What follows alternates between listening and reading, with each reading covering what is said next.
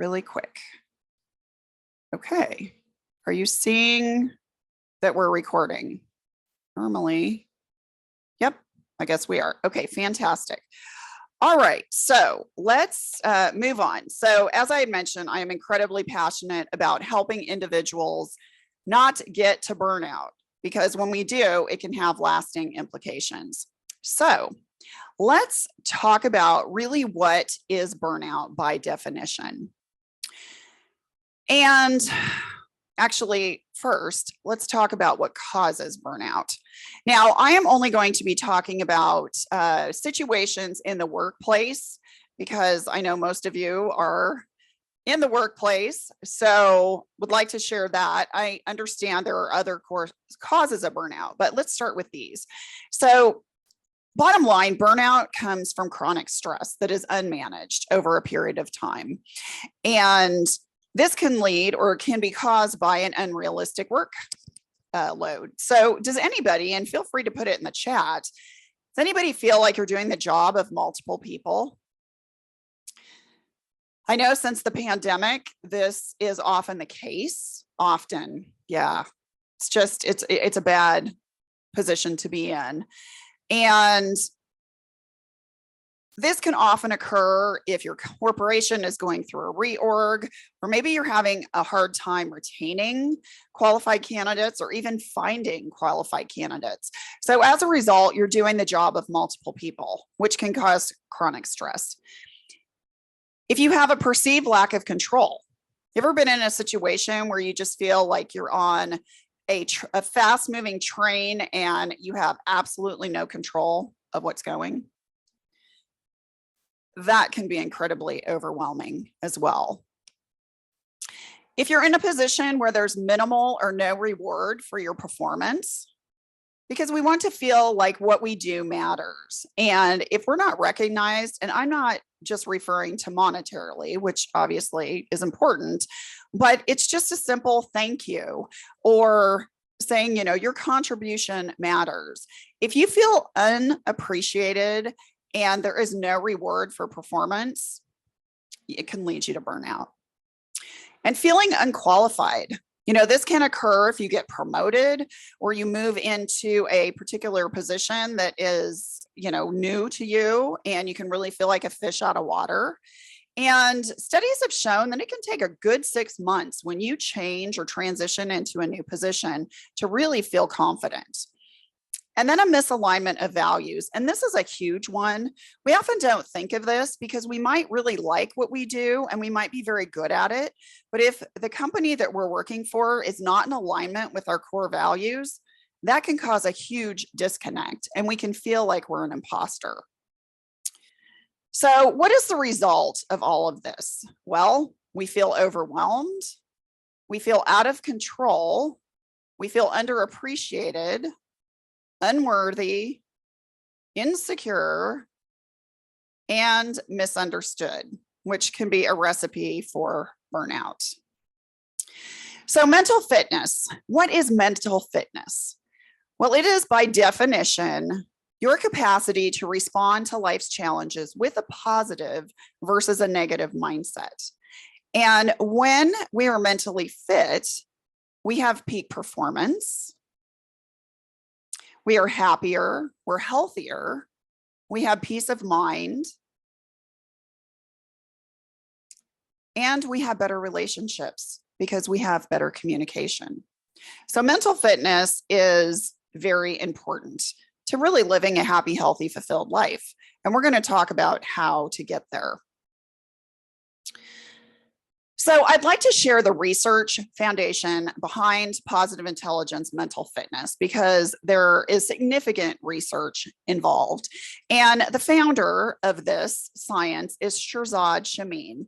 And he is a PhD, teaches graduate students at Stanford University. He is also an executive coach.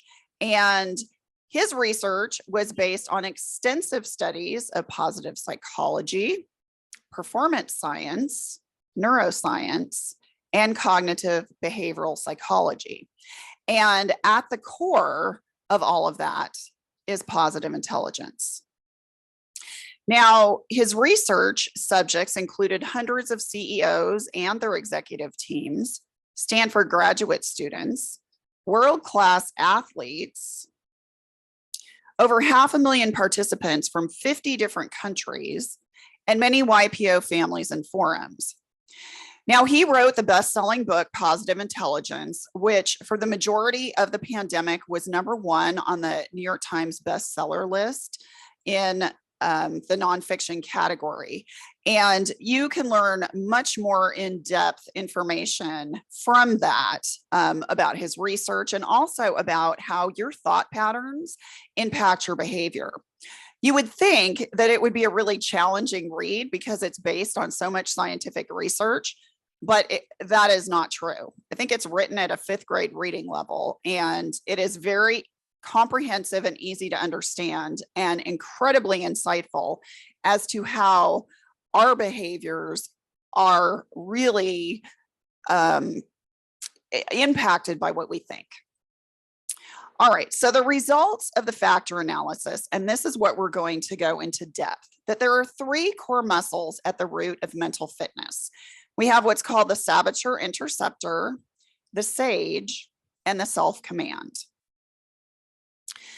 So what I want you all to think about is really positive intelligence is about understanding our left brain and our right brain, and how our left brain, we need it for problem solving, but it also harbors all of our negative emotions, whether it's fear, anxiety, stress, what have you.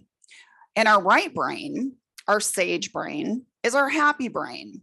And that's where all of our positive emotions come from, our clear-headed focus, our empathy, our happiness, our health. So we're going to go into in depth into both. Now, talking about the left brain, as I mentioned, we do need our left brain to problem solve one task at a time. That's how our brains were hardwired. But what gets us into trouble is when we try to do multiple things at the same time. Any multitaskers out there? Please put it in the chat if you are. What happens when we multitask is we end up not doing anything well at all.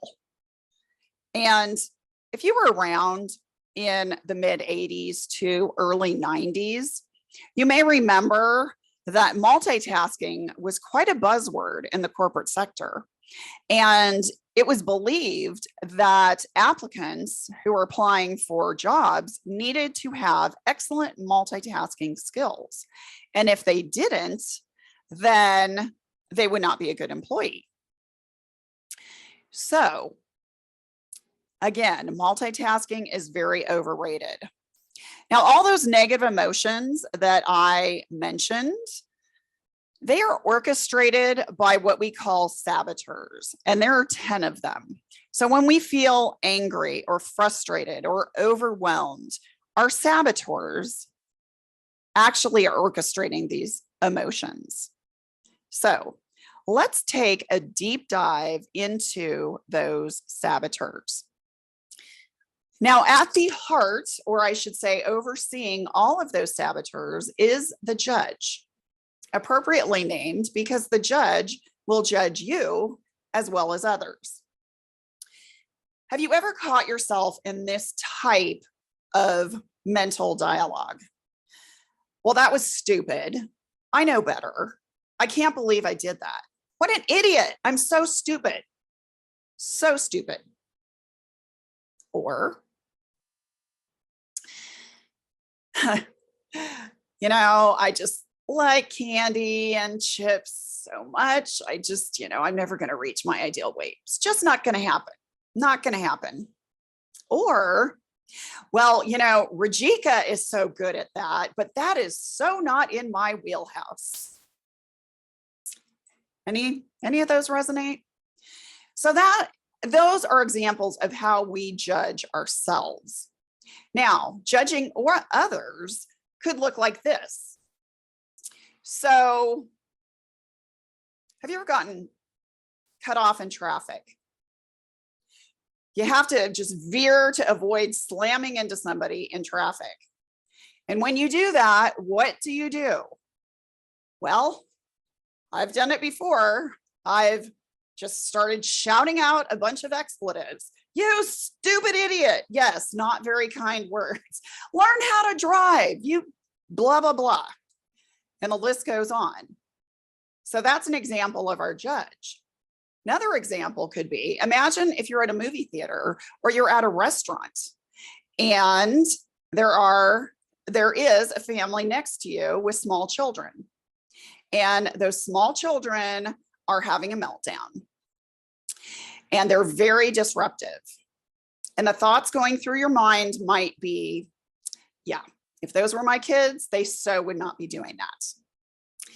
Or, I cannot believe they allow their children out in public. We start judging. This is the judge. This is the judge. And we're often not aware that we're doing this. Now, the judge oversees, as I had mentioned, all of these accomplice saboteurs.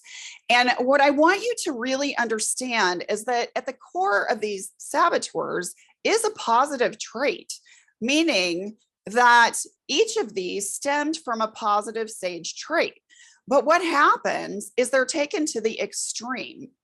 Now, what I want you to do is make a note on a piece of paper or what have you. I want you to make a note as I'm going through these, which of these saboteurs really resonate with you, because we're going to talk about that in a minute. So the first one, the controller. We need control in our lives. If we are managing people, if we are managing processes, we have to exercise control or nothing would ever get done. But when taken to the extreme, have you ever worked for a micromanager? Anybody? Feel free to unmute or put in the comments. And if so, how did that person make you feel?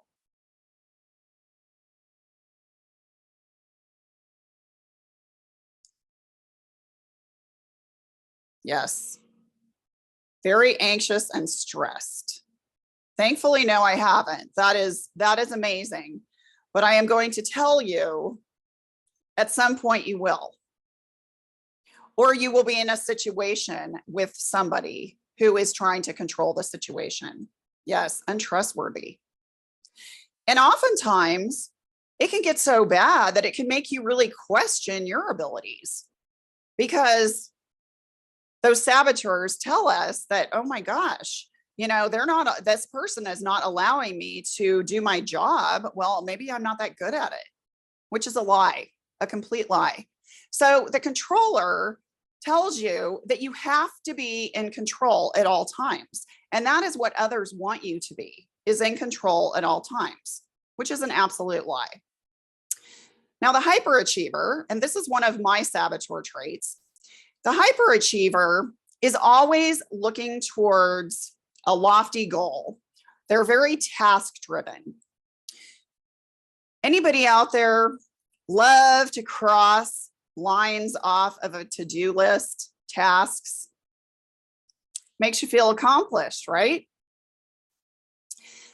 Yeah, well, that's great to be productive. But what can happen when we are so focused on productivity is our self-worth becomes immersed into that. And if we are not as productive as we feel we should be, then we start to doubt if we're really productive or a good person, which is completely unrealistic. So the hyperachiever, if they have achieved a lofty goal, they don't take any time to recognize what a great achievement it was, because they're so focused on moving to the next thing. The hyperachiever could be successful, but is not happy. Now, the restless. You probably know somebody who's restless. They can be very intelligent. They can have their hands in a lot of different things. They might be very well read, well traveled, very interesting. They are not afraid of trying something new, which is an excellent quality. But when it comes to implementation, they're headed in the other direction because it's boring, or they think it's boring. So they could be a really great idea generator, but they will not implement. And as we know, we can't just have great ideas and then not do the work. We have to do the work. The stickler. So the stickler pays incredible attention to detail. Anybody on the call in a highly detailed job, maybe an engineer, maybe a software developer, could be a medical doctor, could be something that requires huge attention to detail, which is very important, and that's great. But when it's taken to the extreme, there is absolutely no flexibility. It's black or it's white. And in situations where you need to bend and be flexible, the stickler is paralyzed and can't do it. They're like, it's this way or it's that way, and that's the way it is. And this got us into trouble during COVID because many individuals tried to stick with what used to work pre-COVID, and it didn't work anymore. But we dug in our heels and said, well, this is the way we've always done it, so it worked. We have to keep doing it. Well, that didn't end well for many people. So that's the stickler. The pleaser, which is another one of my saboteur traits.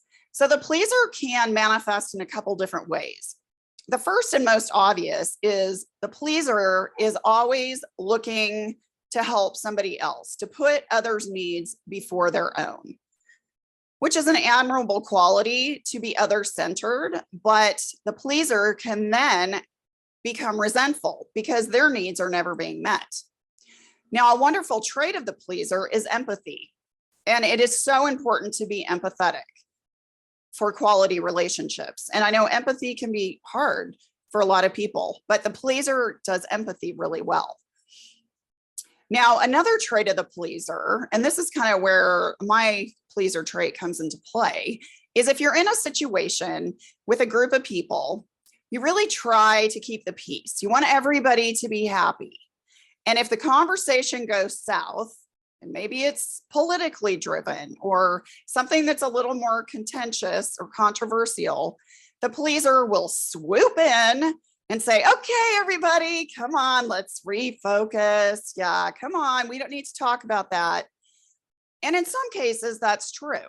If it's really getting toxic and it's not productive, then okay, it's okay to try to keep the peace. But taken to the extreme, the pleaser avoids difficult problems. It makes them really nervous and uncomfortable when people are not happy. And as we know in life, sometimes we have to do uncomfortable things. We might not like it, but that's where growth comes. So the pleaser can be linked to the avoider.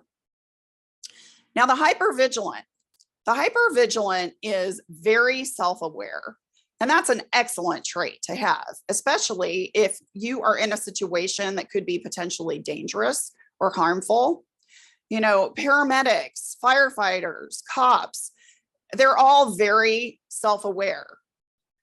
Now, where it gets you into trouble is when you're so concerned about what could happen. You're so incredibly fearful.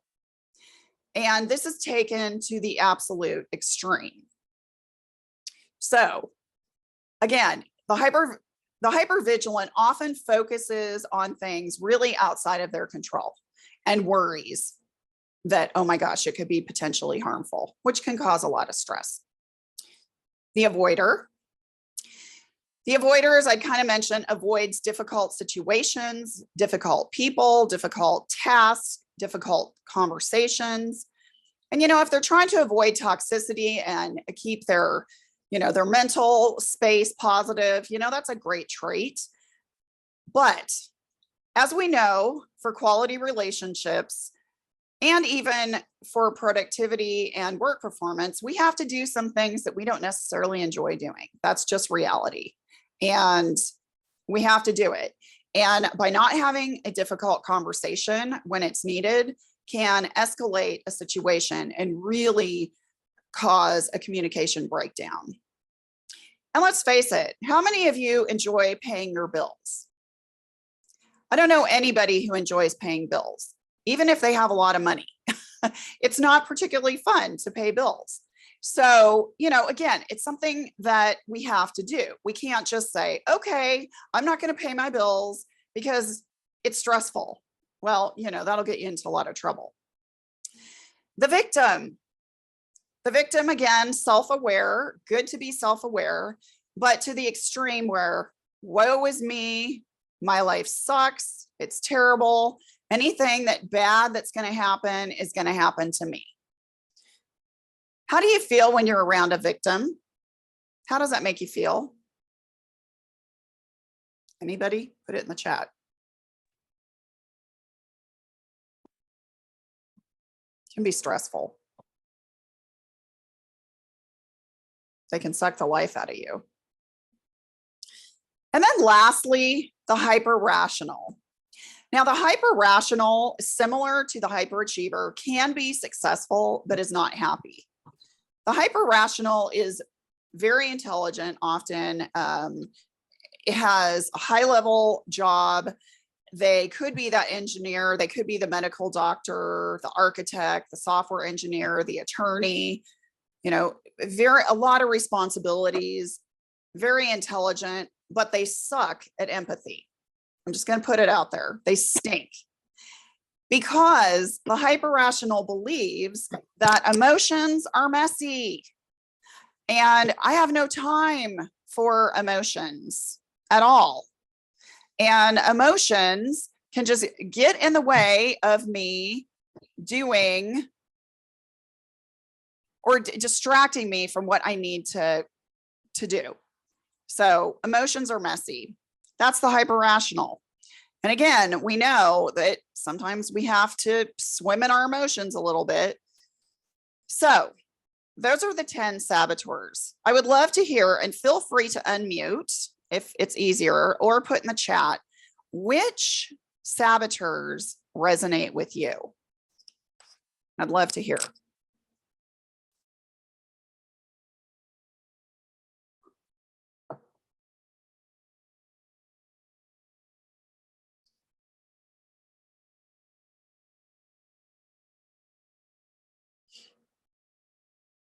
Hyper-rational. Yeah. Anybody else? Which resonates with you?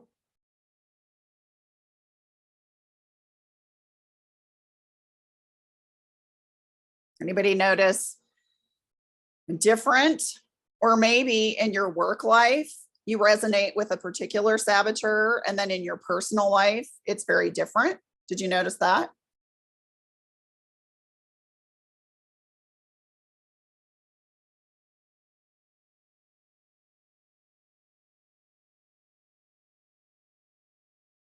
Y'all are quiet today. Did you want voice?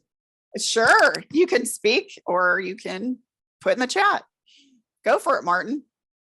Well, because I joined late and I think I gave you a heads up why. All good. Well, I never lived the victim. So it never speaks to me. I never lived the avoider. It never speaks to me. I'm somewhere between the pleaser, I'm kind of going the diagonal controller, hyper rational. Okay. Yeah. Interesting. So do you notice if these saboteur traits, do they cross over into one area of your life more so, or do they bleed into both pretty equally? I think it's probably areas of my life. Okay. And that's what's interesting. And, we can change as we change and grow in our life. And certainly if we change organizations or careers, we can certainly change. So that is our saboteurs. Now, our saboteurs motivate us through negative emotions, and I've shared some of those.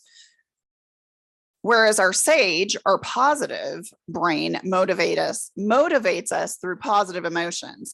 So the negative saboteur emotions could be fear, stress, anger, guilt, shame, insecurity, overwhelm, you name it. Any negative emotion that you have is orchestrated by your saboteurs. Whereas your sage, there are 5 sage powers: empathy, curiosity, creativity, navigation, and we'll go more into those. But all of your positive emotions are coming from your sage. And ultimately, that's where we need to be swimming most of the time, is from our sage right brain. And I know we don't often think that, but we do. Oh, David, I tend to be an avoider. Yeah, an avoider is one of my saboteur traits too. And it's because I hate toxicity. I hate it. And I avoid it like the plague. And sometimes we need to have difficult conversations.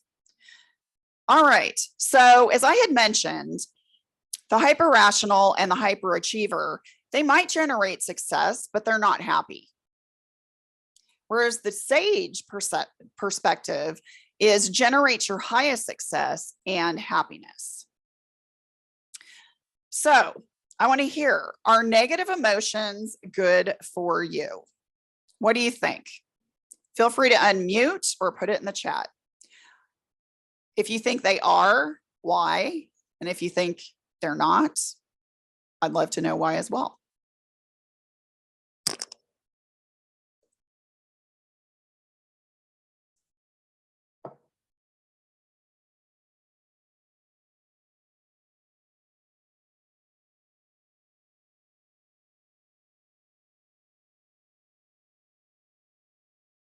We never have really stopped to think about it.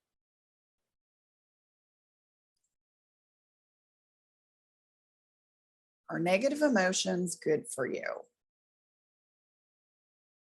What do you think? They keep you in a dark place. That they do. Anybody feel differently? Internal demons sometimes get the less. Aren't good as much. I feel they can lead to some sort of depression or worse. Yes, they can lead to burnout if not managed. Absolutely. And yeah, they kind of are internal demons. I mean, if you want to look at saboteurs, they're really kind of an internal demon in a sense. So I named my judge Satan. And I encourage you to, because we all have these saboteurs and some are more dominant, but at one point or the other, we have all of them. So, I encourage you to name your judge. I call mine Satan. I can't speak. Shirzad calls his judge the executioner. All right. So is pain good for you? Is pain good for you? Put it in the chat or shout it out.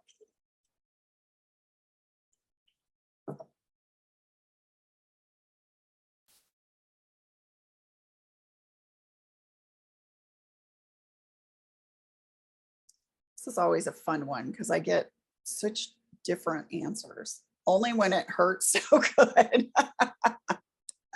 Oh, that's funny.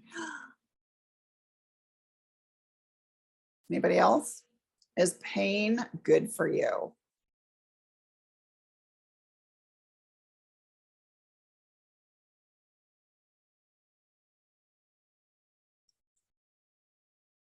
Oh, wow.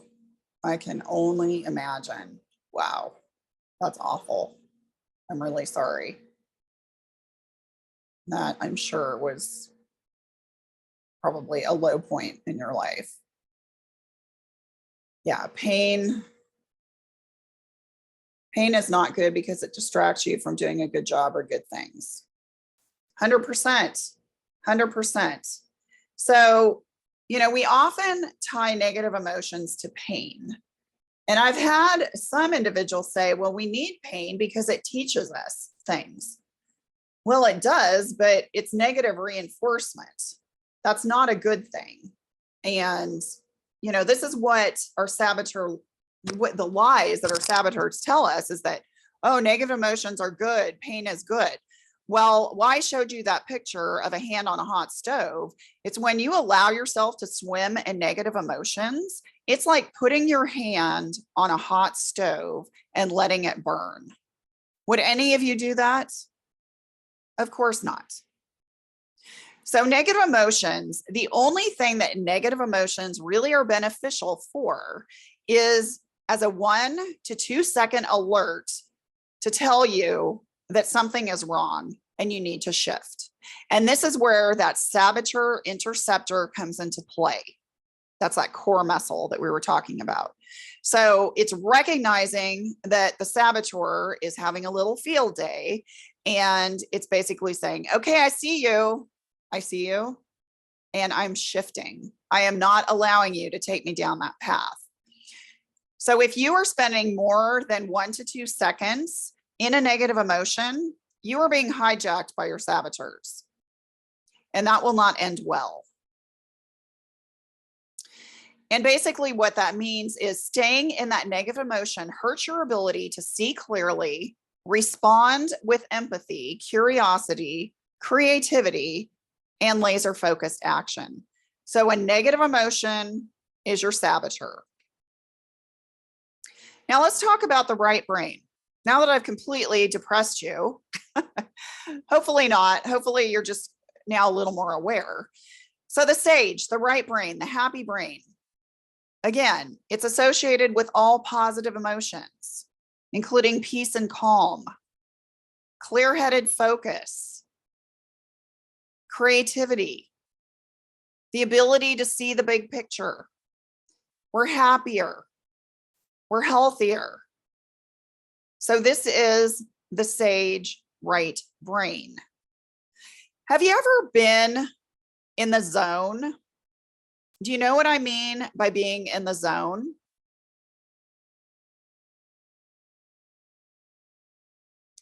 Well, the zone, if you're an athlete or have ever run, the zone is where your endorphins are really kicking in, and you're at that sweet spot where you feel that you can just stay in that area for an indefinite amount of time. Now, if you're not, flow state, beautifully said. I love that. Yes, it is a flow state. That's the sage perspective. Have you ever had one of those days where you are very productive and things just seem easy? You're in that ease and flow. The conversations that you have with people, they're engaging. The sharing of ideas is dynamic. You're energized. You just feel like the people that you're communicating with get you. It's ease and flow. That is the sage perspective. You are swimming in the sage perspective. Now, conversely, you ever have one of those days where it just seems like every single thing you try to do is met with an obstacle? And you're like, really? One more thing? Well, you're swimming in your left brain. And you've gotten to the point of where you can only see the negative. So the sage perspective is really all about every circumstance can be turned into a gift and opportunity. Every single circumstance. How do you feel about that? Be honest. Do you agree that every outcome or circumstance can be turned into a gift and opportunity?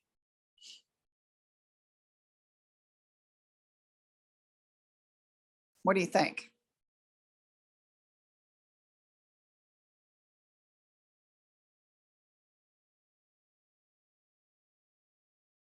Sometimes this is hard to manage. I mean, Martin, you shared, you lost your wife to cancer. What was the gift and opportunity in that situation? I mean, it's seeing purpose, value. I mean, behind me is my wall, and there's my purpose. I have 4 kids, and the youngest was 4 when she passed. Wow. And, I have to be not just artificially strong. I have to be really strong to give them purpose too, and drive and desire and achievement. I mean, my career took a nosedive a couple of years before her passing, and probably for the next 8 years. It wasn't, I used to be a CTO of a company. I was doing quite well financially, and I took a financial nosedive. Can imagine. I can imagine. And I'm sorry if I said something, that made you really uncomfortable, but I want to thank you for sharing that. Because in really dire situations, sometimes it's really difficult to see the positive in it. And really the sage perspective is, if you can't necessarily find in that exact point in time a gift and opportunity, then you accept it. You don't fight against it. You don't continue to go down that path of this is horrible and my life sucks, but you latch on to like your sense of purpose, your children, and you unfortunately have to accept a really difficult situation in order to move on. Now, I'm going to give you an example, obviously much less challenging as what you shared, Martin, but imagine that you have an important meeting that you have to get to at work, and you go out to your car and you notice you have a flat tire. Well, that's not a great place to be in when you're kind of in a hurry to get to an important meeting. So you could be thinking, okay, this sucks. This is terrible. I'm going to be late for my meeting. What are people going to say if I show up late? This is not going to reflect well. It's a really bad situation. The sage perspective might say, okay, yes, this can be a challenge, but fortunately, I didn't have a blowout on the expressway where I caused an accident, or I got in an accident. Oh, interesting. You'll have to share your parallel story. So I didn't get in an accident, and I really could have used a little bit more preparation in my presentation. So while I'm waiting, I can kind of reflect over my notes and feel a little more prepared. And I can call the office. I can get my assistant or another coworker to start the meeting without me, and I'll get there as soon as I can, which could be a big blessing for them because maybe they need to show what they are capable of doing. So that is the sage perspective. Again, it's just perspective. Martin, do you want to share? Yeah. So I actually had the literal flat tire one, but that the one I would like to reflect on and share is a little different. And I had an interview for a role as a CTO with a small startup in San Francisco. I'm in the East Bay, so I either drive or I get on the train. And the story starts like this: I have a cat that's on her last leg, and she got out the night before, and she's on the borderline of blind and senile and incontinent. And I'm trying to find her, and she gets out, and I can't find her. At about, I don't know, 12:30 at night, I give up trying to find her. And I wake up in the morning going to my interview. I look for, I couldn't find her. And I go as I go to my car, and I look in the street, and there she was, flattened. And so at that time, I only had 2 kids at that time, but they were very young, and I knew they were going to go to preschool, and my wife would come out with 2 kids in the next 30 minutes or so. And I just, you might not think this is appropriate, but I just it was garbage day also, and so the cans are out in front of the house. I grabbed a shovel and I scooped my flattened kitty off the ground of the street to a garbage can, so my kids would not have to see what happened. And I have an interview, and I'm dressed up and I'm ready to go, and I just did it. And no mess got on me, and got to the can, and I blocked that memory of what I saw, and thinking my eye on the prize was, I have to get to this interview. This is a distraction. It took 10 extra minutes of my life before an interview, took me out of my zone of thinking how am I going to safely drive there and what I'm going to do. Anyway, the short story is I won the job, Wow. and they hired me that day. Wow. The wrong part of this journey is I took probably for the next, I forgot how many years it was that I finally admitted to my wife what happened to the cat. Wow. So for several years, I never told her that I found the cat, Why? and I'm just she was, curious. run over. I just didn't want to shock, because we loved the cat. We had her for 17 years, and Oh. yeah. But then she was mad at me later. It's like, okay. Wow. That's powerful. That would just crush me because I love cats.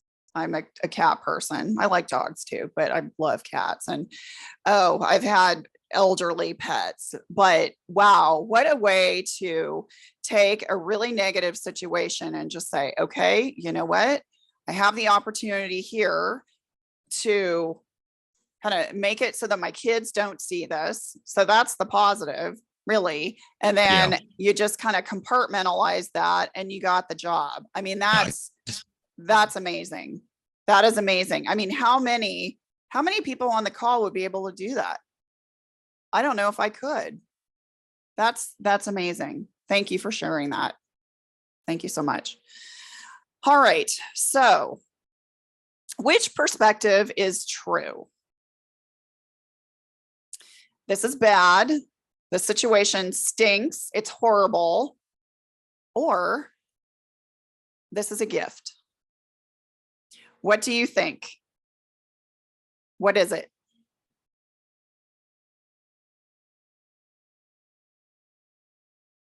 Both. Both. You're right. Oops, sorry about that.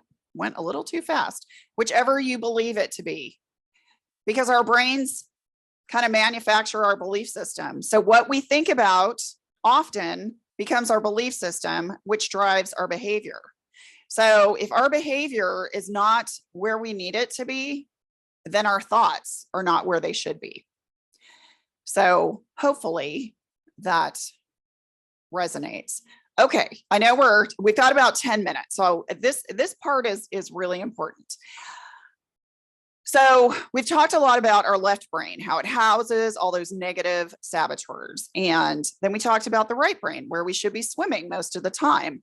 So if we recognize that our left brain is manufacturing these saboteurs, or I should say our saboteurs are orchestrating all these negative emotions, then how do we intercept them and shift to that positive mindset? Well, we do this with a 10 to 15 second PQ rep, which stands for positive intelligence quotient. Now, I encourage you, and you don't need to do this now, but I put the link there for my TEDx. I did a TEDx last August, and I actually walked the audience through a set of PQ reps, and we're going to do that now. So basically what PQ reps are, they're engaging your senses, and you can engage your sense of touch, your sense of sight, what you hear. And basically it's, if you're looking at something, yes, I can put the TEDx link there. Sure. See if it'll let me, oops, sorry about that. I will do that. Let me do that at the end of the presentation. Remind me. Yes, I can do that. So again, engaging your senses. So I want you to look in your space in front of you right now and just zero in on something that you can see.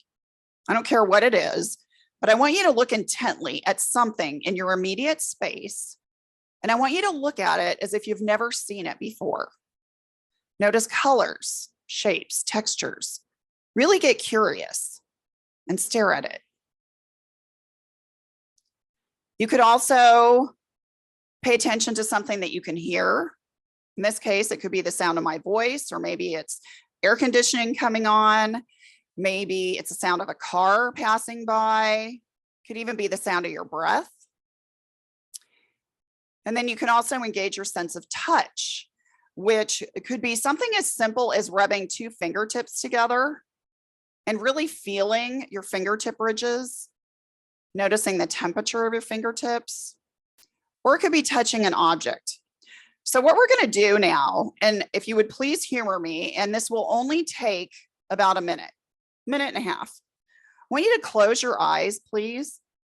And I'm going to walk you through just a PQ exercise that you could do yourself.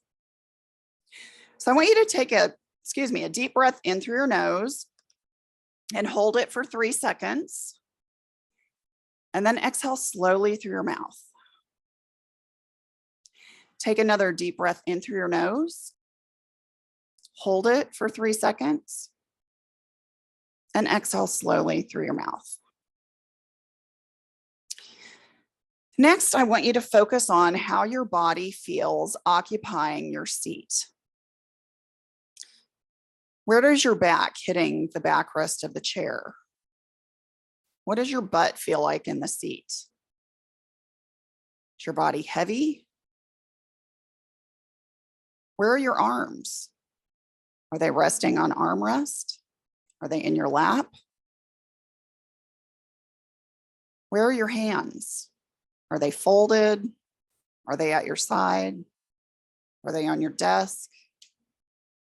Wiggle your fingers. Next, I want you to notice your feet. How do your feet feel on the floor? Notice the different pressure points of your feet. And wiggle your toes. Wiggle all your toes. Pay attention to every toe. Next, I want you to focus on something that you can hear. It could be the sound of my voice. It could be the sound of your breathing. But I want you to focus on something that you can hear. Really pay attention to that noise. And lastly, as you inhale through your nose, I want you to notice the temperature of the air as it enters your nose. And then as you exhale slowly through your mouth, notice the temperature of the air as you exhale through your mouth. Take another inhalation through your nose. What's the temperature of the air? And then exhale slowly through your mouth. All right, you can open your eyes. So that took a couple minutes. Do you feel any differently now than before you started that little meditation? And if so, put it in the chat.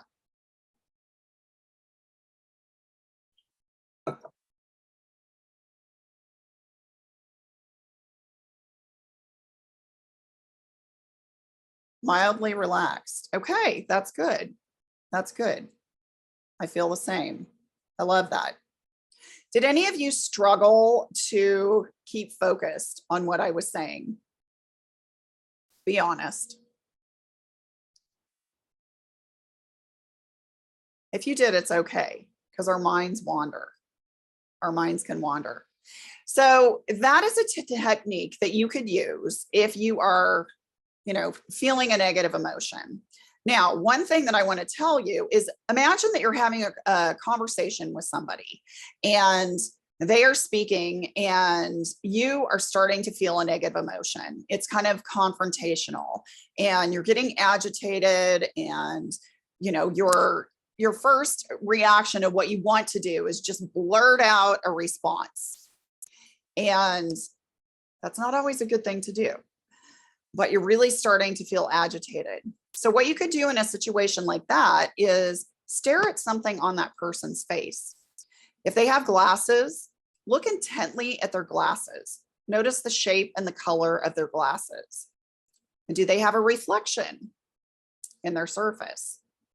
Or if they're not wearing glasses, then notice the color and shape of the iris of their eye. So what this does, as these other PQ reps do, is it quiets those negative emotions. They don't completely go away, but they're quieted so that you're able to shift more readily to a positive mindset. So that when you do respond, you can respond with a more positive response. So that is an example of what you can do. Now, for sake of time, I'm going to send this to everybody. If you would do me a favor and put your email in the chat, what I'm going to do is send you the slide deck for reference. And on here, then you can go ahead, if you would, in your time, this will take you a minute to do. Scan this QR code with your phone and enter the code there on the screen, and you're going to get a free workbook from me. But this is where you can provide feedback to provide for me if this was beneficial, because I really like to tailor my presentations to my audience. And if you did not find this beneficial at all, then tell me, or was there something that maybe I could have elaborated more on, or maybe spent less time on? But I would really, really appreciate it if you would take a minute to do this. So I know we're out of time. So real quickly, another thing is I wrote a book last year, From Burnout to Best Life. And the freebie that you're getting for doing the webinar, you don't use QR codes or apps. Okay, well, that's fine. I can send you actually the actual Acrobat file, the PDF file. So you put your email address there, so I can send that to you. That's fine, no problem. So anyways, my book integrates my journey of overcoming burnout to a happy, healthy, fulfilled life. And it also includes tips for leading your best life. And it's really a holistic approach to health and wellness. So it starts with your vision statement, and it goes into your mindset and what you put in your body, how you move your body. So it's available in Kindle, and it's also available in paperback in all major distribution channels. And lastly, because I know we're out of time, I want to offer you something. And this is another reason why I would love your email address so I can send you some information. You are so welcome, Cyrus. I have the capability to enroll people like yourself in a 6-week positive intelligence course that takes a deeper dive into what we talked about. And it is a really great way for you to get a better handle on your mindset and how it's driving your behavior. And I'm offering a really discounted price for it. So if you'd like to learn more, please book a 15-minute call with me. It's not a hard sales pitch at all. It's just, if this is something that you're interested in, I encourage you to book a discovery call, because it is very cool. And I think it could help you. So the last thing, actually, I think we're done. Let me stop sharing. And I apologize that we went over, but I loved the dialogue that you were sharing, everybody. And I can put in the chat. Let me get out of here. Actually, just send me, everybody, please put your email address in here, and I'll send you that TEDx link as well. We'll just do that for sake of time, because I know we're 2 minutes over. So any comments, questions, anything before we sign off? I know I came in halfway through, and I let you know beforehand. I'm glad the little bit I made, and I'll check my note taker what I missed. Speaks to me. Actually, you took me through my journey of martial arts training, also the breathing, centering your mind and soul. And my martial arts journey goes from Tai Chi to mixed martial arts. So wonderful job on that. Well, thank you. I appreciate that. Thank you for that feedback. That's great. All right. Anybody else? Any comments? David, I see. Yeah, we can stay on after. Sure, no problem. Anybody else? If not, I will let you all go, because I know you have a busy day, and I really appreciate you coming. Thanks so much. Don't forget, save the chat, and please put your email address in the chat as well. All right. Thank you. Enjoy your day. All righty. Okay. So feel free to unmute David and is it Jabriel? Is that how you pronounce? Hi, Lisa. Hi. All right. So how can I help you? Well, I'm more of a realist than anything else, so externals don't bother me too much. My wife says I'm a avoider,